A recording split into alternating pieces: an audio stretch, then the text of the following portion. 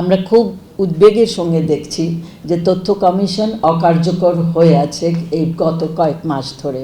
সেখানে আগে যারা ছিলেন ওরা নানান কারণে রিজাইন করেছেন, তারপরে এমন একটা নিস্তব অবস্থা যে আমাদের বারবার এটা নিয়ে এই কথা বলা, বিভিন্ন ফোরামে বলার সত্ত্বেও আমরা একটা স্টেটমেন্টও দিয়েছি, তারপরেও মনে হয় যে এই সরকারের এটা প্রতি কোনো উৎসাহ নাই।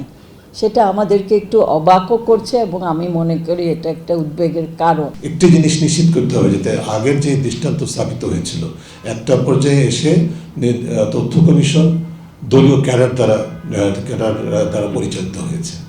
একেবারে নেতৃত্ব পর্যায়ে ছিলেন দলীয় ক্যাডার, এমন একটা পর্যায়ে ছিল। এই অবস্থা হবে না অন্তর্বর্তীকালীন সরকারের হাতে, সেটা আমরা আশা করতেই পারি। কিন্তু শুধু তাই না, এর পাশাপাশি একটা জিনিস খেয়াল রাখতে হবে, এমন ব্যক্তিবর্গকে কমিশনে নিয়োগ দিতে হবে যাদের পেশাগত জীবনে আর যাই হোক তথ্য প্রকাশের পরিপন্থী অবস্থান, যারা সারা জীবন পেশাগত অবস্থান থেকে করেছেন, প্রতিপালন করেছেন, এই ধরনের ব্যক্তিবর্গকে যেন তথ্য কমিশনে নিয়োগ দেওয়া না হয় কমিশনার হিসেবে।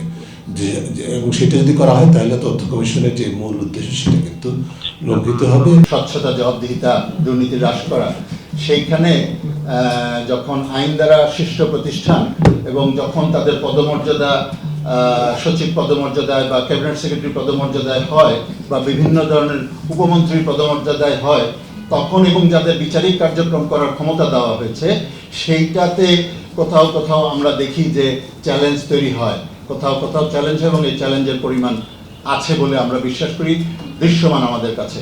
এবং সেই জন্য আমরা বলছি যে এটি সাংবিধানিক সংস্থা হওয়া উচিত। রাজনৈতিক দল একটা সংবিধান প্রতিষ্ঠান এবং এটা গুরুত্বপূর্ণ প্রতিষ্ঠান। রাজনৈতিক দলের স্বচ্ছতা, জবাবদিহিতা অত্যন্ত গুরুত্বপূর্ণ। আমার যতটুকু মনে পড়ে, ভারতীয় তাদের তথ্য কমিশন কিন্তু রাজনৈতিক দলকে তথ্য অধিকার আইনের অধীনে আনার প্রস্তাব করেছে।